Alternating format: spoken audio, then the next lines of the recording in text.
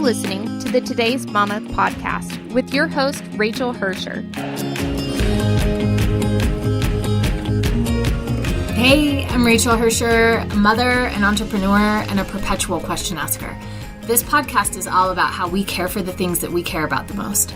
Our families, our dreams, and yes, ourselves too. I'll be interviewing other smart people to find out who they are, how big they dream, and how to raise good humans along the way. Stick around and, of course, subscribe and tell your friends. Okay, so today we are interviewing one of my very favorite people, Brittany from the House That Lars Built.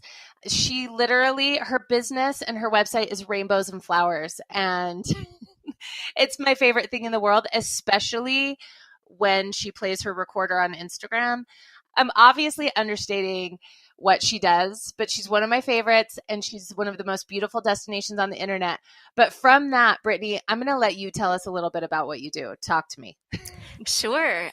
So I do a lot of rainbows and flowers. Literally, you're right. Yes. I never thought of how ridiculous that sounds. But yeah, the House That Lars Built is a craft and design website where we teach people how to make beautiful things. And our tagline is artful life, meaning that everything we show on our website is something we believe is will bring beauty and substance to your life. So I'm the creative director and founder of it. I founded it 10 years ago for a graduate course in interior design. And it's kind of developed over the years because at that time there weren't people making money from blogs, and I didn't know that was a thing. So I just kind of worked at it, and then finally it's a job. Yeah. So yeah, that's what I do today. And isn't it so weird? If when you were a little kid, somebody said, this is what you're going to do when you grow up, it would be like speaking a foreign language. None of this existed, right? It's the weirdest thing in the world. Yeah, I mean, you're right. I do play the recorder on Instagram. And would I have thought I'd do that as an adult? No, Never. because it's not a very mature thing to do. And there's a lot of times every day I'm like, I do this for a living. I play my recorder for a living. Well, maybe not. Whether or not people want it, that's another thing. Well, seriously, you create the most beautiful things, but my favorite thing in the whole world, and I laugh till I almost cry every time you do it, is when you play your recorder. So for those of our audience who might not know what a recorder is, or who may not have been blessed to play a recorder in elementary school, can you give us a little background on what a recorder is and how you came to be such a professional? I love that this is getting so much airtime.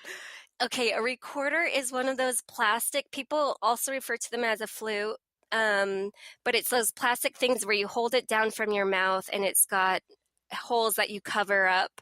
And it's something that they give to kids because they're rather simple to play. You don't have to put too much effort to make a sound.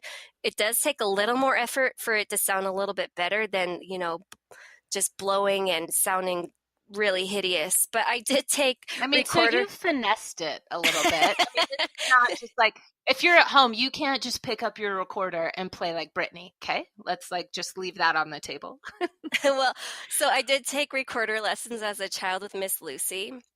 Yes. And so she plays an amazing recorder, and I would go every Tuesday for a number of years, and I forgot about it clearly for a long time, and then until I realized this is the best stress reliever. So I would bring it in my car and just play at stoplights. Shut up. And then I for some reason got in my head that people would want to hear it, but I don't think that's really accurate.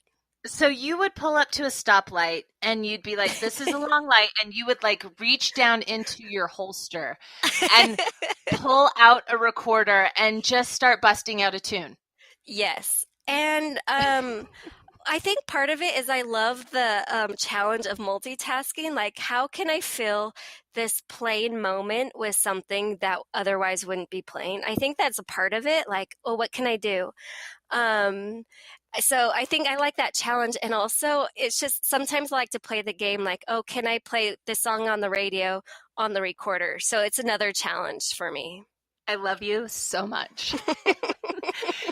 Go-to song. I mean, like people have a go-to karaoke song, Yeah. something like that. Do you have a go-to recorder song? Oh, for sure. And I'm so glad you asked about that.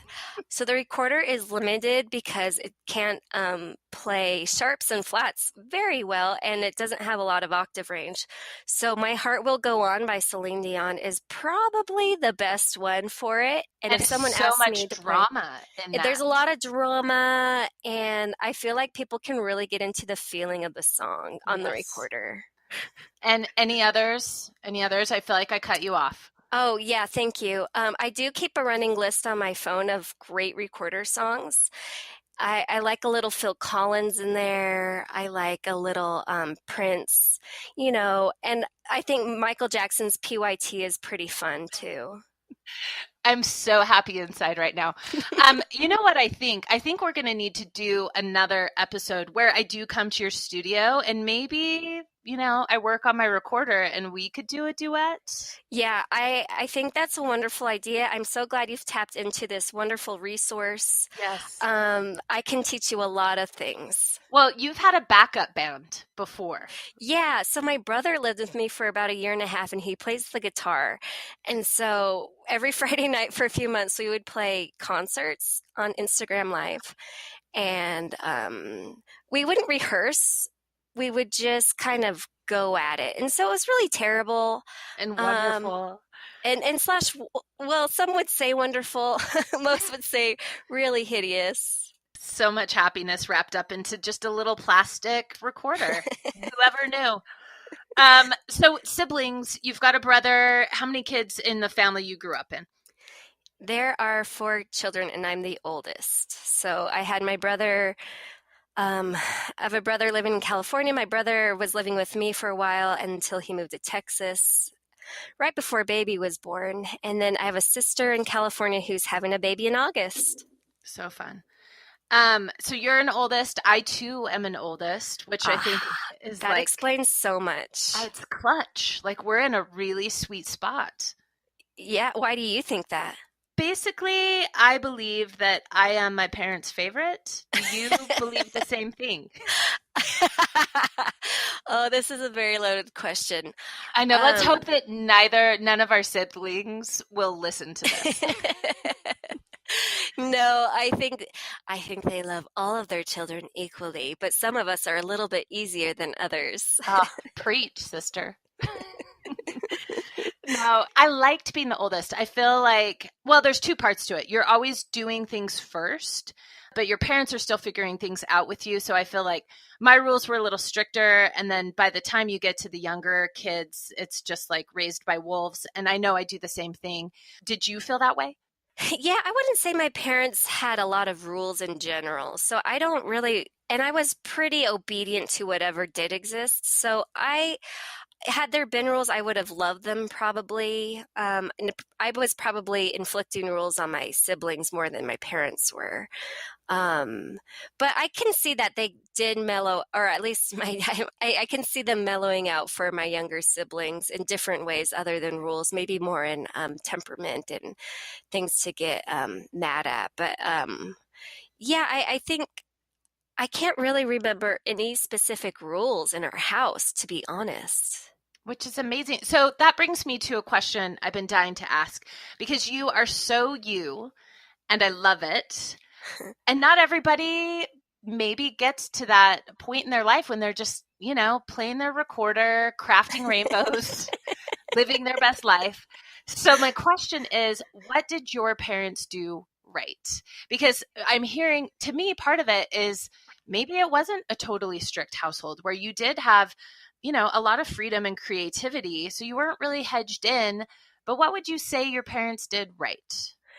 I can always remember my mom saying, giving us the freedom to do whatever we wanted to do and knowing that we all learn differently. I learned very differently. I was very studious. I loved going to school. I loved doing homework. I loved all of that. Whereas my brothers didn't. And my mom always recognized that we all learn differently and not every system works for every child. And so she would do different things with them than she did with me. And I think knowing that not one box works for everybody has taught me that, oh, I don't have to do what everyone has to do. And I think that's been really freeing to do what I do today. I also think that just seeing my parents' example, my mom was, she did a lot of great things in her life. And knowing that, I thought, oh, that's cool. I want to do that too. So I think having her show me that you can do whatever you want to do and you can do great things. Like she and her sisters, they were in ballet their whole life, and they all went to New York while they were a teenager, and they danced for the School of American Ballet and danced in the New York City Ballet, and then did great things when they growing up in Los Angeles. So I think seeing that, but never it being a competitive thing, I think that was really helpful. Yeah. So there wasn't a pressure necessarily to go and do the same things or to go and achieve something specific. No. And in fact, my mom, of course she loved to dance, but she also didn't like the world that it came from, or what it produced on her life, always being on a diet or, having it rule your life. And so she put me in tennis, and she put me in recorder, and she always taught me, oh, what can you make with clay, or what can you make with yarn? So she would teach me how to think differently about everyday objects. And so I think that kind of morphed into more of a wild imagination, like, oh, I can turn this into something that no one's ever seen before. I love that. And that has obviously followed you through your whole life.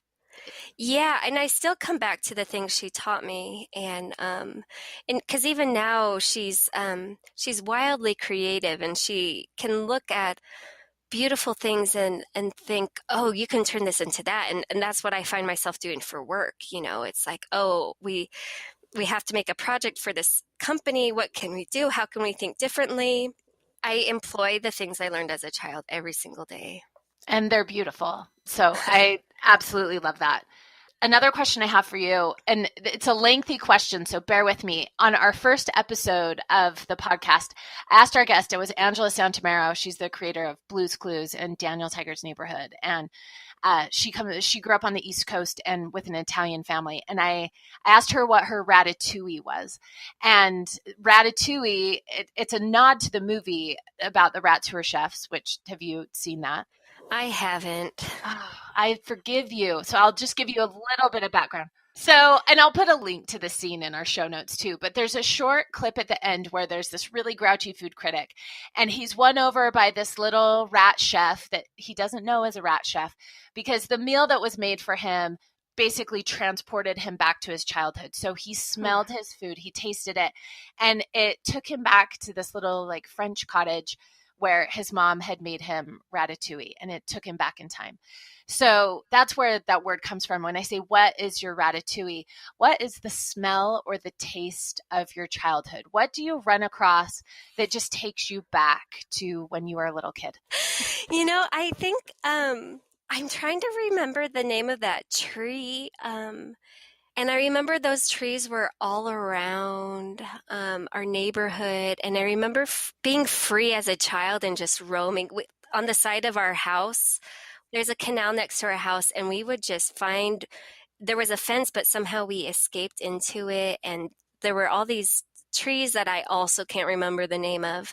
But now that you say that, it's like, oh my gosh, that tree was so integral to what I view as my childhood. And I don't really see them here in Utah where I live. So I think I associate it with my childhood and growing up in California mostly. And do your parents still live in the house you grew up in? No, they live in the same area. But we've lived in a few houses. So you can still run into those trees maybe when you go to visit your family? Oh, yeah. And in fact, I'm going home tomorrow, and I go home. I haven't lived there in a very long time, but I still call it home. You're listening to the Today's Mama podcast with your host, Rachel Hersher. We'll be back right after this.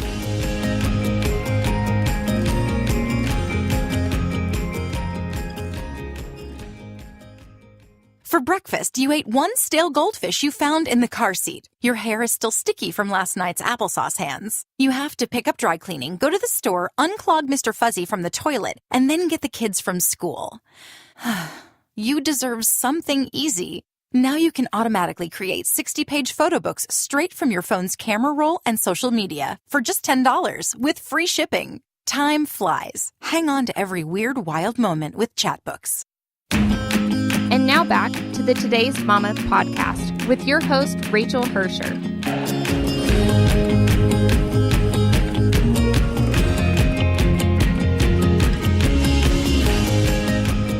I'd send out these forms before the interviews to collect a little bit of information from people.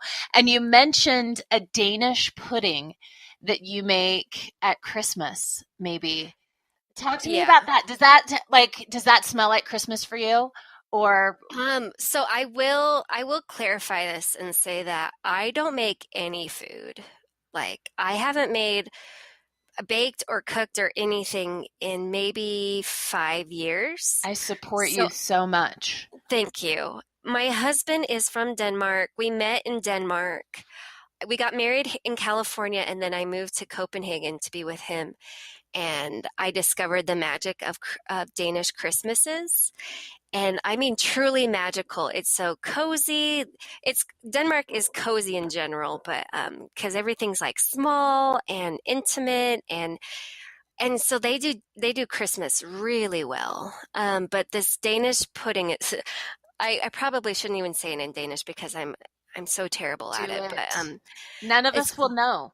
Yeah, so maybe this will be my chance. It's called risengrød, and so if you translate, it's like rice porridge. But Paul makes it. Paul, my husband, he makes it every Christmas, but also throughout the winter because it's warm and delicious. But what you do is you take rice, like a sushi rice, and then you stir it for a very long time. You add in milk and you stir it for a very long time, a couple hours. And then it's very specific in what you do. And you do not stray from these rules. It's like many things that Danes do. So you put your rice porridge in, and then you put on a mixture of cinnamon and sugar, and you like pretty much cover the entire thing. And then you put a huge dollop of butter on it, and the butter soaks in and goes everywhere. And then as you eat, you replenish your cinnamon and sugar and your butter so that you're never without it. But the rule is you never mix it together. And if you do, you're not truly Danish. And so that's something I will never do. This is intense. So while I'm eating my rice pudding, I just take my spoonful. I don't stir my bowl. No, do not stir that bowl. Yeah. I will have you over during the winter time. Paul has this pot that's probably 2 to 3 feet tall, and he makes it in there. He makes so much. We have leftovers for days, but we eat it for breakfast, lunch, and dinner, so it's gone within like a week. But you can come over and try some because it's very delicious. I'm in.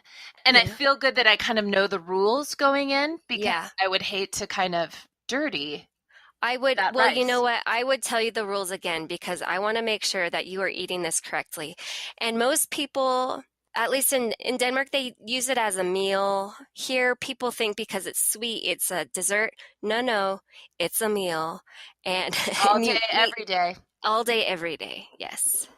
So talk about how do you blend or keep alive that Danish culture here deep in the heart of Utah?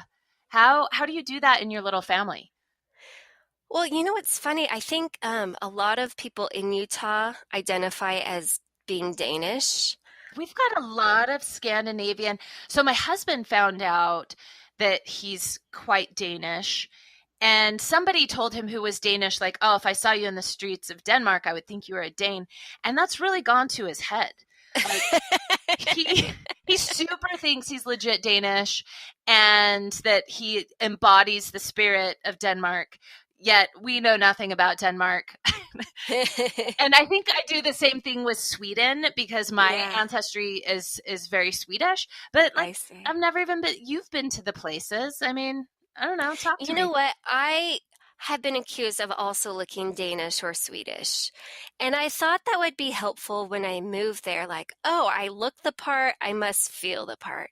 And I couldn't felt more distant when I lived there. I think looking the part was very different than the culture you would expect. I always said that I might as well have moved to China, where I would have expected the cultural differences to be more drastic. But what threw you off? Well, not that I was turned off so much as there were so many differences that I wouldn't have known or anticipated.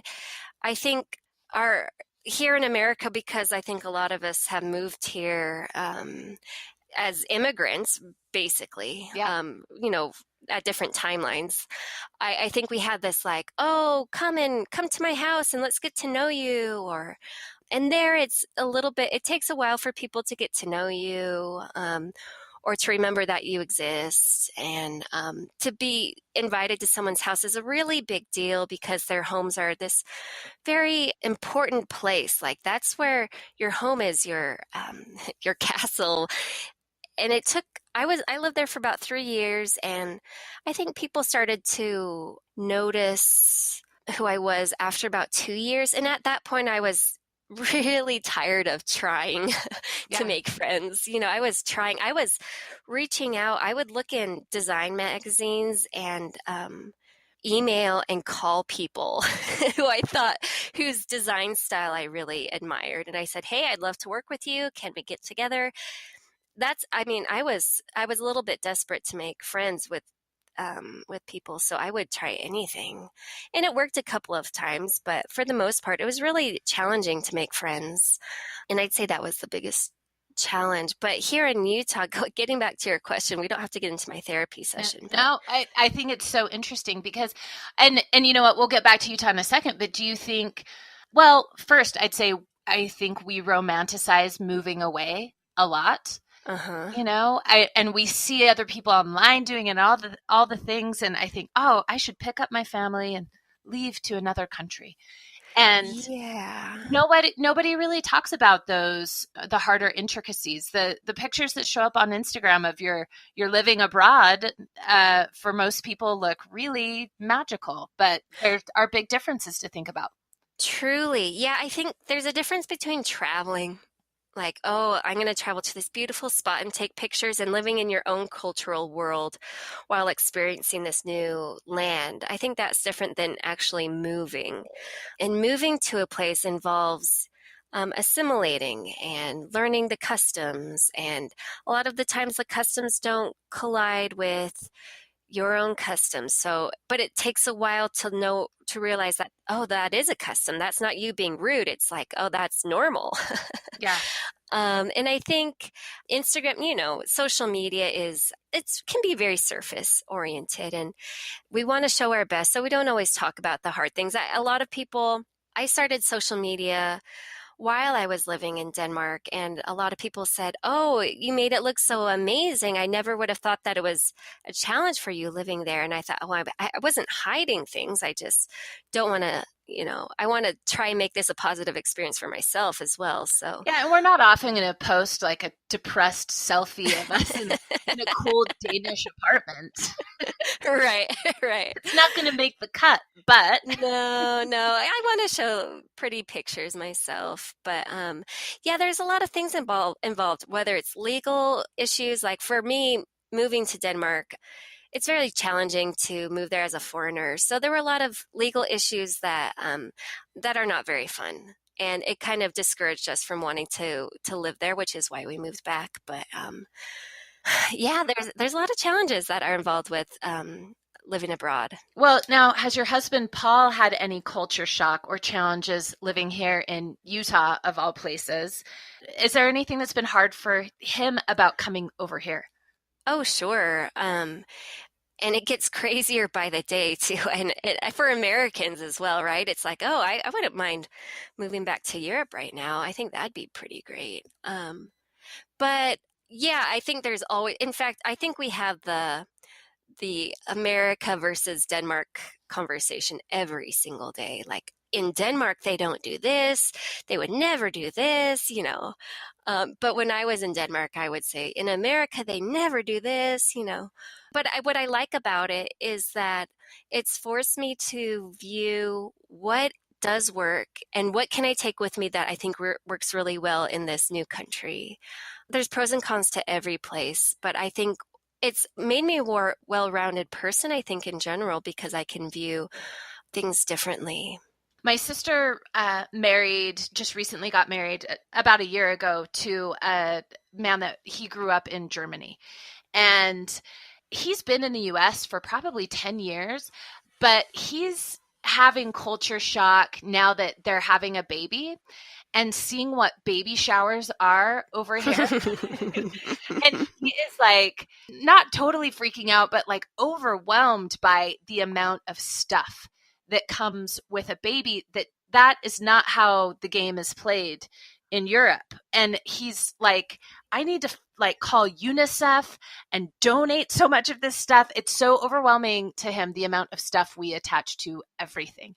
Have you guys, did Paul experience that same thing since you guys just had your first four months ago?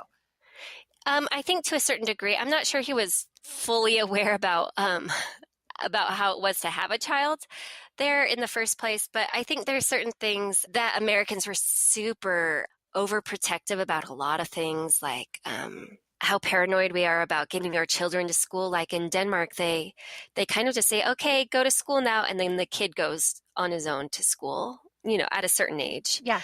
And so I think Denmark's a very trusting country, and I think coming here, we trust a lot of things. We don't trust a lot of other things. I also noticed when I lived in Denmark, it was really popular. Like there was this father trend, like fathers were really trendy, meaning that it was all of a sudden really cool to be a dad.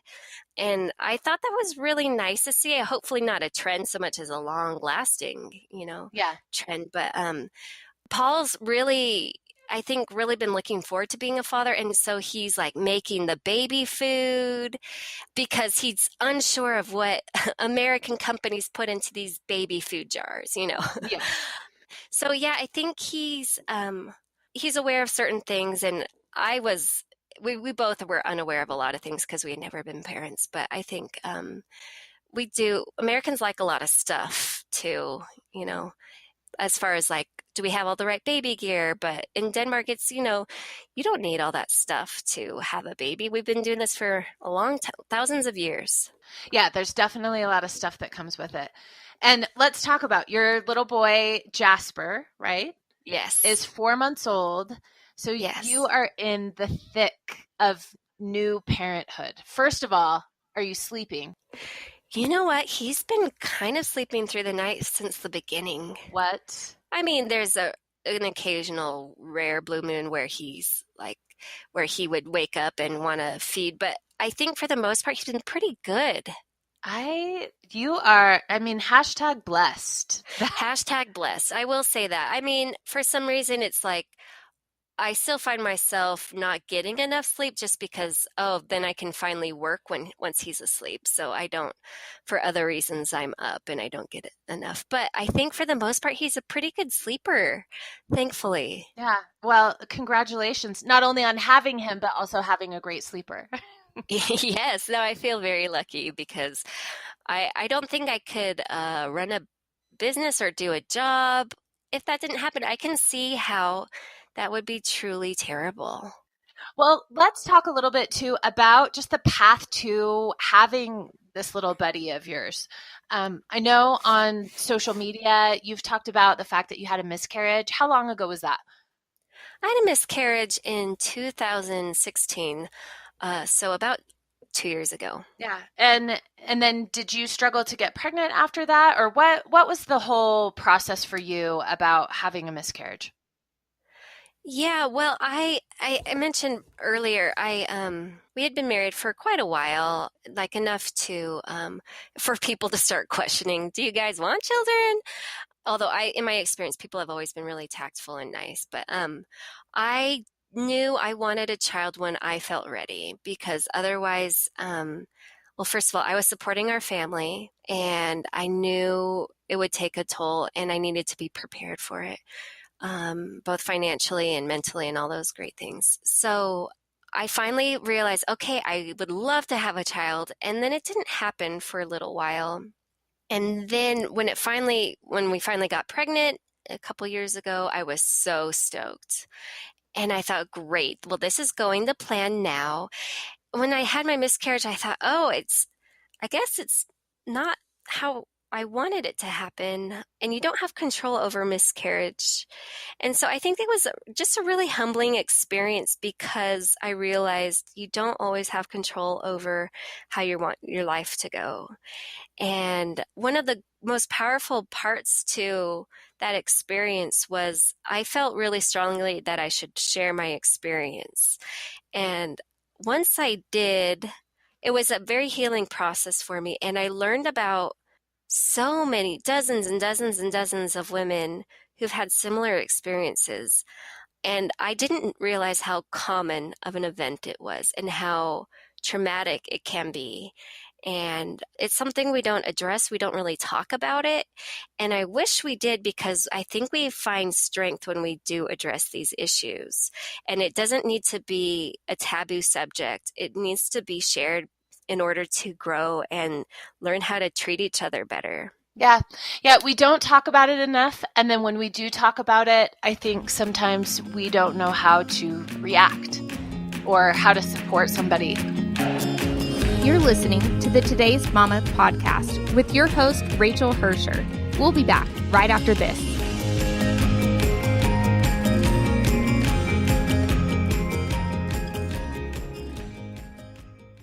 It feels like there's never enough time to do it all. The kids keep growing, and sure, you keep taking photos of every little magical, maniacal moment. But then what? Get photos off your phone and into your hands with Chatbooks. Automatically create beautiful 60-page photo books in minutes, right from your camera roll and social media, starting at just $10 with free shipping. Keep calm and mom on with Chatbooks. And now back to the Today's Mama podcast with your host, Rachel Hersher.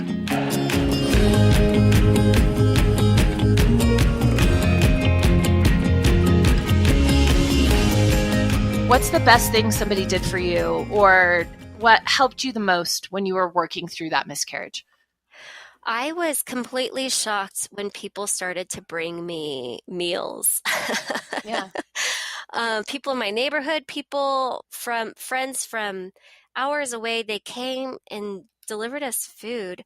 And I remember thinking, goodness, I don't even cook in the first place. This is very kind of you, but people just wanted to serve in whatever way they knew how. And taking that off of our plate was so tremendous. People sent me flowers. I was just floored at people's kindness and that they took the time to express their sentiment. And it helped me realize that there are people in my life who I never gave a second thought about, because I didn't know that that was a tough experience. And so I think acknowledging those tough experiences that people have, it legitimizes them, and then it helps you to grow from them. Yeah.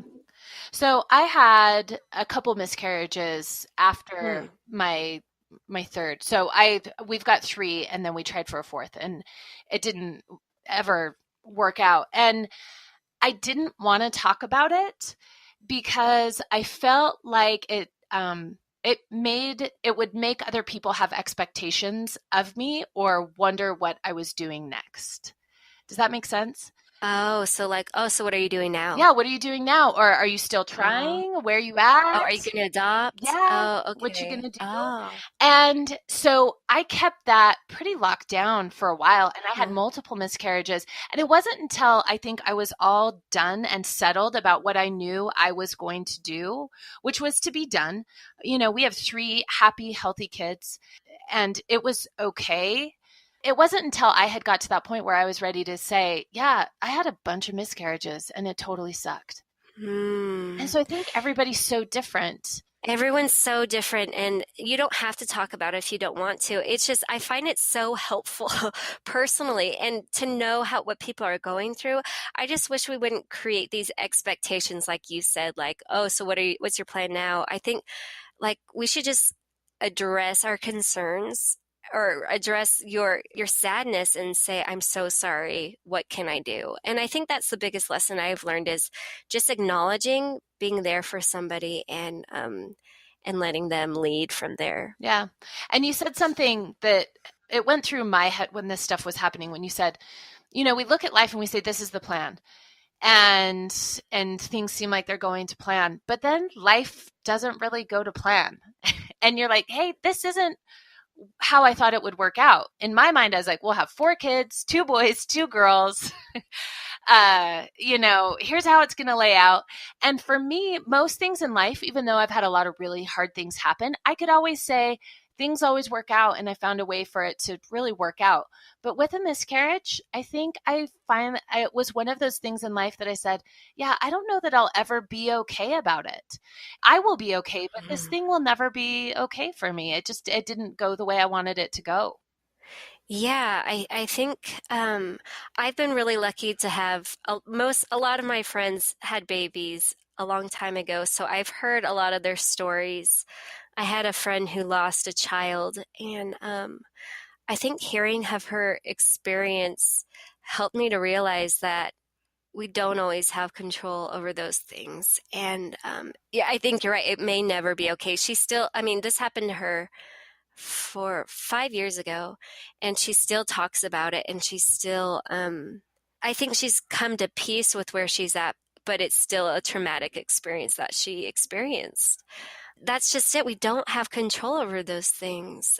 I learned that my cousin, who is in her, I think, mid to late 40s, she emailed me after I told about my miscarriage, and she said, oh, I've had 6 miscarriages.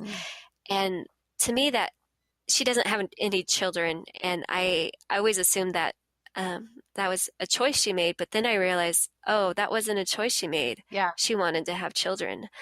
So it's just unexplainable sometimes. And you never know what people are carrying with them. No. But people are carrying something, and I think that's the most important thing. Yeah. And so it gives room for us to be a little kinder, a little softer with each other, I think, across the board, because you just never know what people are carrying. Right. And I think taking on this new role as a mother and experiencing what it's like to have a child, I think I'm learning so much about how ignorant I was and how I viewed other people's hard experiences. Like I was just really, really set in how I lived my life. But now I see, life is much more involved and deeper than I thought. And I find it really helpful in that I can know how to better serve other people. Yeah, life's messy. Yeah, that's true. That's a good way of saying it. Yeah, and children are messy. Yeah, well, physically, yes, and there's a lot involved. Yeah, so far, 4 months, I don't know fully yet. But yeah. That's where those messes that you were like, what? Like, I remember holding up our oldest over a sink and just grabbing, what do you call it? The sprayer, the little hose thing, just to hose him off from like a massive blowout. And I was like, this is the most disgusting thing in the world. Yeah. So you do a lot of things you touch and do a lot of things you never thought you'd do. And yet it's like not really a big deal for some reason. Yeah, for sure. Well, so I'm a big believer that if you have a hard time getting pregnant or anything that leads up to it, you should have like a free pass on like an easy pregnancy and a really uneventful delivery. I don't think that happened for you. So will you break down, kind of give us a little touch point on your pregnancy, but then let's talk about what happened when it came time to deliver the baby. Yeah, well, I actually did have a wonderful pregnancy. So that was great. And I thought that would lead me to a really wonderful birth experience. And I prepared really well. I did a hypnobirthing. I listened to my meditative tracks. I made my playlist for the birth experience, and they were all beautiful. What hypnobirthing track were you listening to? Was it Marie Mongan? Oh no, I attended a class and this local person made her own tracks here. We went to a hypnobirthing class once, and my husband was supposed to read me the script about like picture a mist, like a peach mist. And he's I am about to fall asleep right now. Yeah, I know. I'm just inducing hypnosis right now. But I could not handle him reading me these scripts. I started laughing so hard I peed my pants in class. And then I keep laughing and crying. We finally had to leave. But I was an excellent hypnobirther. But yeah, so your pregnancy was good. You got to the end and Yeah, so I have my contractions all day on Sunday, and it gets active labor later that night. And then the next morning, I think we should probably go to the birthing center. So we go to the birthing center. They realize I'm a 7.5, and I'm like, wonderful, this is great. And I miscarried in my bathtub. And because that was the most natural place for me to feel pain relief. So I went into a hot tub. And so all I can imagine for my birth experience was to be in a bathtub. So I went into my bathtub. I was getting all cozy, and and that's all I remember. End scene. End scene. So apparently I was in that bathtub for, I think, an hour before I found out later that day that I had a seizure. And Paul tells me this after the fact, because I don't remember most things about the day because I had a seizure. So apparently I had gotten to about a 9.5 when I had the seizure, and I was transferred to the hospital. They transferred a flailing, naked, huge pregnant woman into an ambulance, took her to the hospital, and they put me on magnesium, which makes me feel super groggy. But it turns out I had an eclamptic seizure. So a lot of people have heard of preeclampsia, and that shows itself through swelling, through high blood pressure, and oftentimes there's protein in the urine. I wasn't given urine tests for the last trimester of my pregnancy, so I don't know if that was wrong or right, but turns out if there was a sign there, then they didn't see it. So a seizure is a form of preeclampsia that's called eclampsia. So anytime you have a seizure, it's called eclampsia. And it's it doesn't happen very often, but it is the number one killer of mothers and babies in childbirth. But I had never heard of it. It's really kind of hard to prevent it because they don't know why it happens. So I hear it's more common with boys when you're pregnant with boys than girls. That may be an old lie. I haven't heard that. I will verify and put in the show notes if that's true or not, because I had preeclampsia with my first, and they ended up inducing because of that. And they were taking my urine at all my appointments, and that was part of it. My blood pressure was up, and I had protein in my urine. Oh, so they saw that and said, okay, we need to induce you now. Yeah, but anyway, I just say that because you had a boy. I had a boy. I don't know. I'll well, that would be interesting. If it's true or not. So again, nobody take this as like my Dr. Rachel. Yeah, my medical advice, but a thing. Yeah. No, and it's really hard to, I think just being aware of it is helpful, but how to prevent it, I don't know.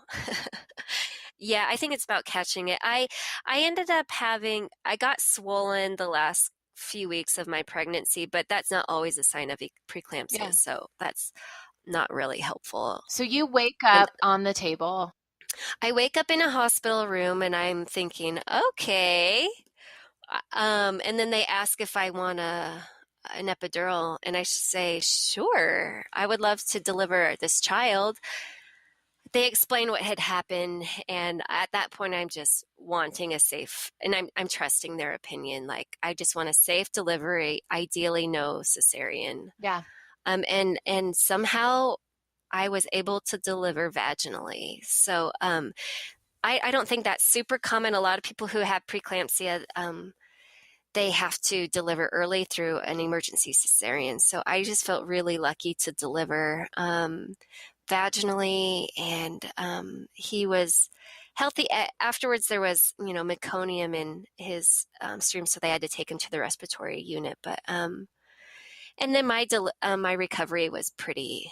I think it was maybe longer than normal because I didn't feel well for a few weeks. Yeah. Well, I'm still amazed that you could wake up from something as traumatic as a seizure and be like, all right, let's push, or be able to physically, because that's two separate massive physical events, right? A seizure and delivering a baby. And I am in awe that you were able to just pull that off. Well, I mean, on my end, I really didn't know what had happened. I think it might have been more traumatic for my husband, who saw it, who witnessed it. And he was giving these one-word text updates to my family, like seizure, send. Oh my gosh. Ambulance, send. Hospital, send. So my parents are like, what is going on? And I don't think that's the most helpful way to tell people of updates, but I think it's the only thing he knew how to do at that moment in time. Yeah. But yeah, was I traumatized? No, because I didn't know. And I ended up having so much trust in my care, my hospital care. And it was really, I loved my nurses. They were so wonderful. And they ended up delivering him with forceps because he was turning around and around and around. So all I remember is this doctor who's, below me, and he's like, it looked like he was racing a race car, and he was using these forceps and like turning this way and that way, and all of a sudden there was a baby, and I was like, whoa. I was still kind of groggy, so it was all just kind of a surprise, like, wow, this is great. Yeah, that's probably the good thing about passing out, right? I think so. I mean, it's got to be. I don't know what I'm going to do if I have another child, but it was a pretty great way to do it in the end. Not in the beginning. Yeah. Well, I'm glad everything went well, because to me, that sounds like a miracle, what you guys went through. That's some scary stuff. It was a miracle, but I will say, I think that every birth has got to be a miracle because it's just a really unique experience that women go through. Yeah. Well, so tell me this, what's the best advice you've received as a new mom? People have been so wonderful in saying, take your time. And I think giving myself permission to take my time in whatever way that means for me it meant in recovery, because I was 35 when I had my baby, and which is considered late. And I think giving myself permission to take my time to rest when I needed to rest, and I wasn't able to walk for a number of weeks. And I also didn't feel like it would be a good thing to push myself. So I just listened to my body and let it do what hopefully it should. And it did eventually. I think that was one of the best things I was told. Yeah. For some reason, that just reminds me of one of my friends took to the hospital with her pre-pregnancy jeans and tried to put them on right after the baby came out, basically, like when she went to get dressed for the first time, and she was like so bummed. I don't know what you expected. Well, that's a fun thought. But you've got it across the board. Everything just takes time. It's time for ourselves, time to let our bodies recover, patience with what all those changes are. Oh yeah, and 4 months later, like my body is, I bought a dress for my birthday was a couple weeks ago, so I bought myself a new dress, and I bought my former size, and I thought, oh, it's, why doesn't this fit me? But at the same time, I'm like, because I had a baby in me, I think it's a wonderful reason to have a bigger, different body. I'm all about it. I mean, I wish I had a bigger wardrobe right now, because I don't. I'm nursing, and so I need things with buttons, and I need bigger clothes. And but dresses with that's pockets. Kind of annoying. Yeah, dresses with pockets. Dresses with pockets, always. That should be required for life. Yes. Well, tell me what's next in your world right now. I just came out with a book called Craft the Rainbow, and April, and it's a book of 40 different paper projects in every color of the rainbow. I would say I had 2 births this year, and it was the birth of my baby and the birth of my book, because that book took a lot out of me. Yes. I started it a couple of years ago, and I will say it's one of the most extensive / involved things I've ever done. And I'm really glad with how it looks and what it teaches people. I'm really pleased with how it turned out. There's something amazing about creating a physical product, right? And I love books. I love paper. I love books. I love color. I mean, we used to print books when we first started our business. So I'm with you. I feel like it's like delivering a small creature. Yeah, and it's, we did it through a publisher, and just that process was very intricate. And on my end, I'm used to, the internet where it's like, oh, I'll just go back and edit. There was no going back and edit after the fact. It had all to be done really skillfully beforehand. So it was just much more involved than I had anticipated, but I'm really pleased with it. But other than that, we are working on products for our shop. We just released a line of royal wedding products, mugs and stationery and maps, and we're working on more to add to it soon. So that's a really fun part of the business. I love it. And we'll put some links up to some of your favorite stuff in the show notes too, so people can see and check out the amazing things you've been working on. Now, if people want to find you online, where do they go? www.thehousethatlarsbuilt.com for daily tutorial updates. I'm on Instagram every day. Insta stories is maybe one of my favorite things in the world. And, Facebook, Twitter, Pinterest, we are everywhere where you should be too. Yes. Amen. And especially Instagram, because I watch you water your plants. Watering Wednesday of all the things in the world that a person would watch. Like, you play your little music and I watch you water your plants, and it's like mildly therapeutic. Oh, good. I'm so glad to hear that. It's mostly just a reminder to myself that, if I build it, I will come. If I make this weekly holiday, then maybe I'll actually water my plants. Well, and when can we expect to catch you on your recorder again? I've kind of taken a little maternity leave from it. Okay. I'll allow. But I think I need to I have a personal Instagram, Brittany Jepsen, that I've tried to be more personal there and do more business things on my account. So maybe I'll play Jasper some recorder songs on over there. It needs to happen. Otherwise, I'm going to show up at your studio. Maybe we'll craft the rainbow together, and yeah, we got to craft that rainbow. We got to craft that rainbow and maybe sing it a song too. Listen, I want nothing more than for you to come down, for me to teach you. My heart will go on, and then we will craft some rainbows. Done. Okay, let's do this again soon. Thank you for being on my little podcast. Thank you so much for having me, Rachel. Love you so much. Yes, we'll talk again soon.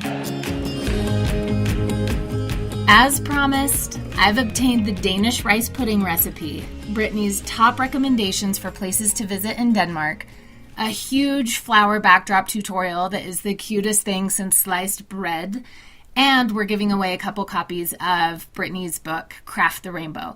You can find that all in the show notes and on todaysmama.com. If you're ever lost, I will find you, but you can find it all at todaysmama.com/podcast. And hey, while you're at it, you know what I'm going to tell you. Go and subscribe. When you subscribe, you'll get an email each time we release a new episode, and you'll automatically be entered to win any contest we run forever and ever. Amen. #worth it. We'll catch you next time. You've been listening to the Today's Mama podcast with Rachel Hersher. To find out more, go to todaysmama.com. That's today's MAMA.com. Today's Mama, connecting moms and families with the best of today.